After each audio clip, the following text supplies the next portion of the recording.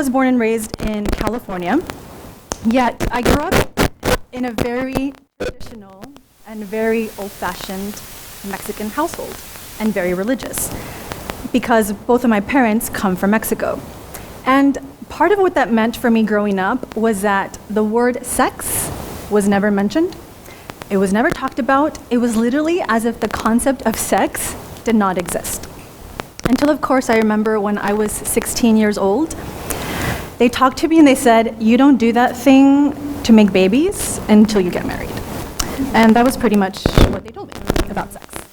But on the flip side of that, I was exposed to watching Mexican telenovelas, meaning soap operas.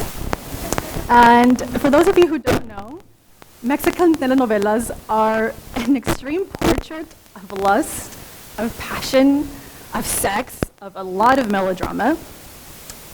And I remember watching scenes where like a guy will try to forcefully make out with the woman would resist, he would force her again, and then she would finally give in, and then they would start making out passionately, and next thing you know, they're ripping the clothes apart, and then they're lying naked in bed. And this is what I grew up watching. So naturally, the over-sexualization of TV, coupled with the fact that sex for me was non-existent in my life, I was pretty fucking confused. Now, yes, I was confused, but pretty much these impressions led me to see that sex is a taboo, that you don't speak about it. It was literally as if there was a pink elephant in the room that we all see, that we all want to ride, that we all know we ride, but we just don't speak about it.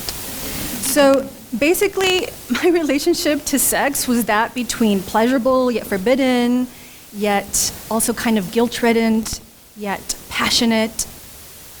And this was pretty much my education on sex. And I pretty much took those impressions with me into my adult life.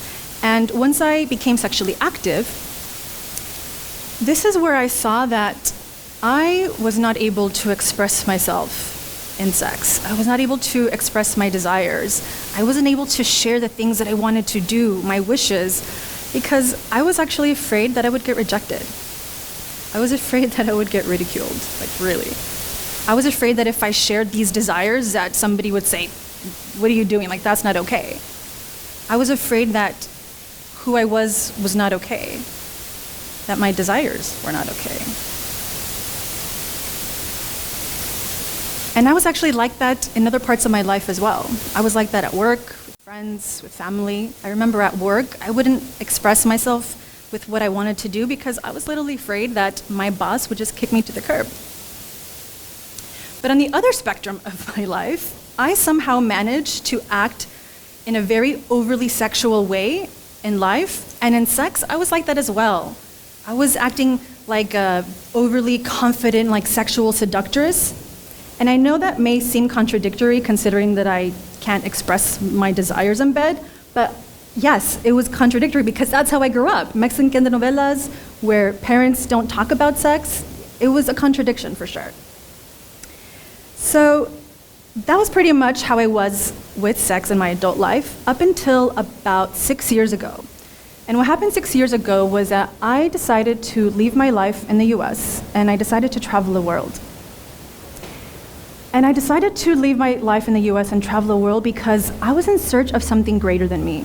I knew there was more to life than what I was experiencing, and I wanted to find out what that was. And then I traveled the world for a year, and then I moved to beautiful and vibrant Berlin. And moving here is what really catapulted me to diving deeper into myself. So I really went into self-discovery mode. And then I took matters into my own hands. And then I really started participating actively in different personal development workshops, in life coaching trainings, and things of that nature. Now, before I continue with the story, I would like to explain very briefly about what I mean between sex versus sexuality. Now, sex is the act of sex, and it's part of sexuality. Whereas sexuality as a whole, it is one of the basic energies in life. It is the basis of where things start from, or where things are created from. our creativity, our freedom, our drive, this is where it comes from. So continuing on with my journey, as I was, building this community of peers that were also doing these personal development workshops, they told me that I was using my sexuality to get attention, that I was talking too much about sex, and that when I did, it was always over the top and really overbearing. And I remember there were certain situations where I was talking to friends and then I would bring up the subject of sex, and they would look at me like, oh, there she goes again, talking about sex. But when they told me these things that they thought of me, I naturally got defensive and I reacted. I'm like, this is how I am. That's what I would say. But it did trigger something in me, and it really hit a pain point. And then I started asking myself, what am I doing? Why am I doing that? Where is this coming from?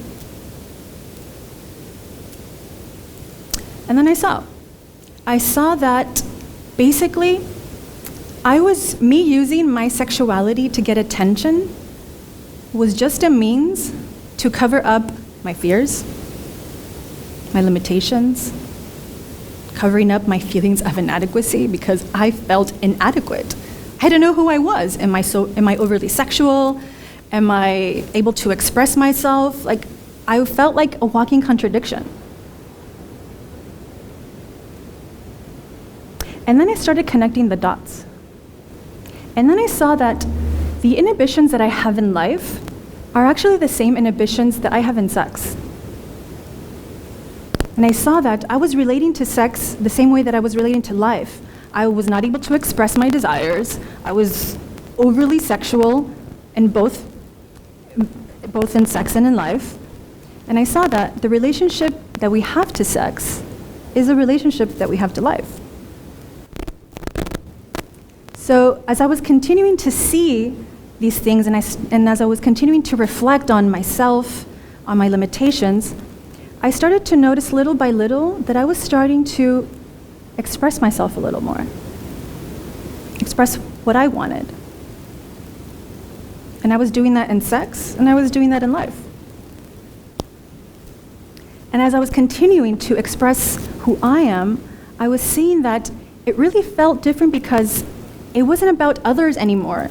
In my whole life, it was always about making others happy. And I was learning for the first time what it was like to express who I am, because this is who I am. I was no longer worried about living with these learned behaviors that I learned as a child. I was living life in a very different way. And since I was able to express myself more, you know what a result of that was? Creativity. I started to become more creative because creativity is coming from sexuality.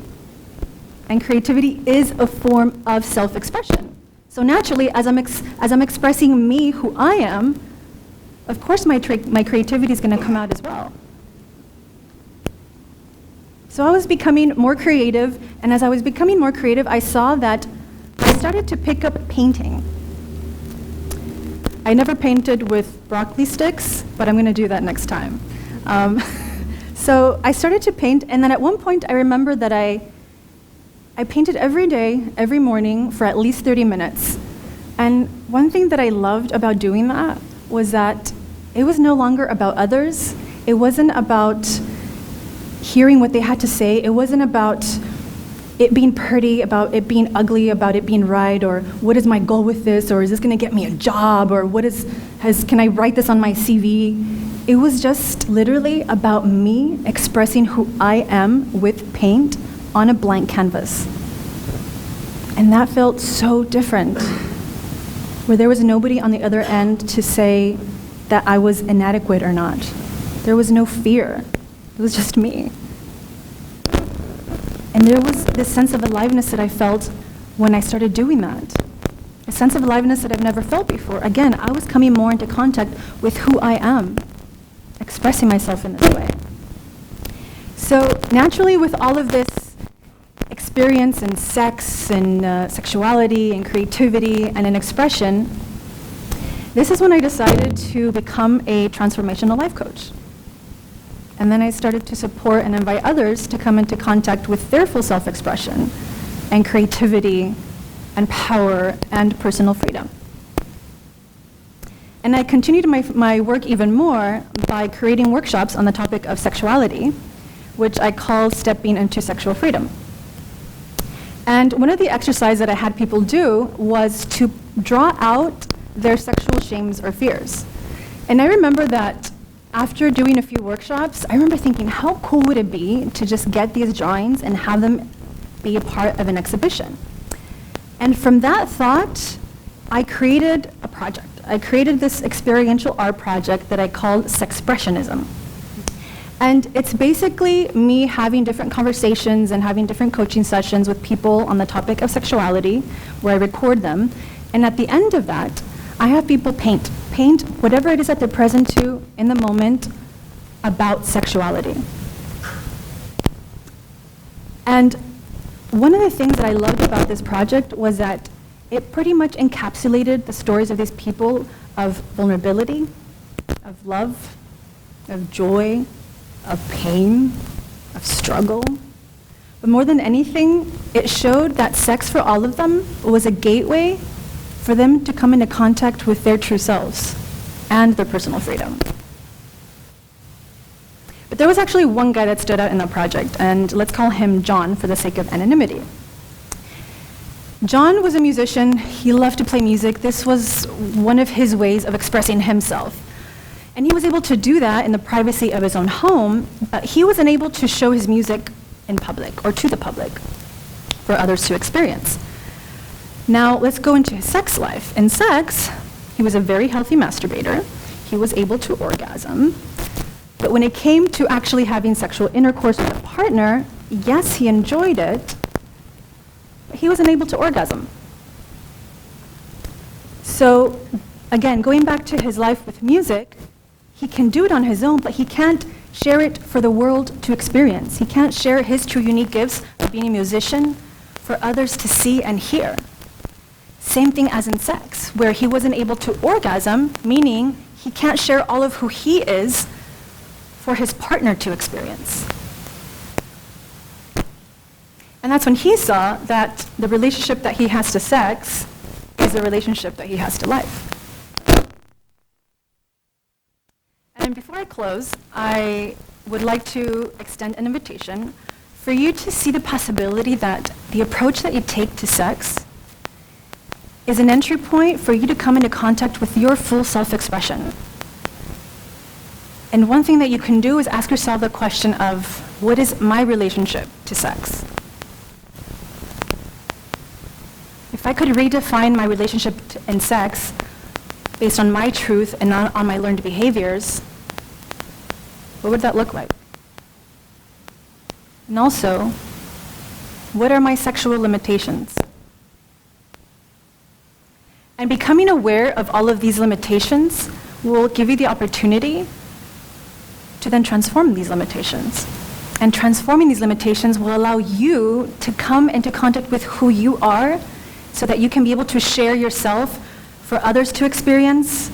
And doing that will allow you to be more connected to yourself, to others, and really become fully available for everyone to experience you, who you are, no one else. And doing that will allow you and all of us to have a much, much greater impact in our world. That's all for today. Thank you.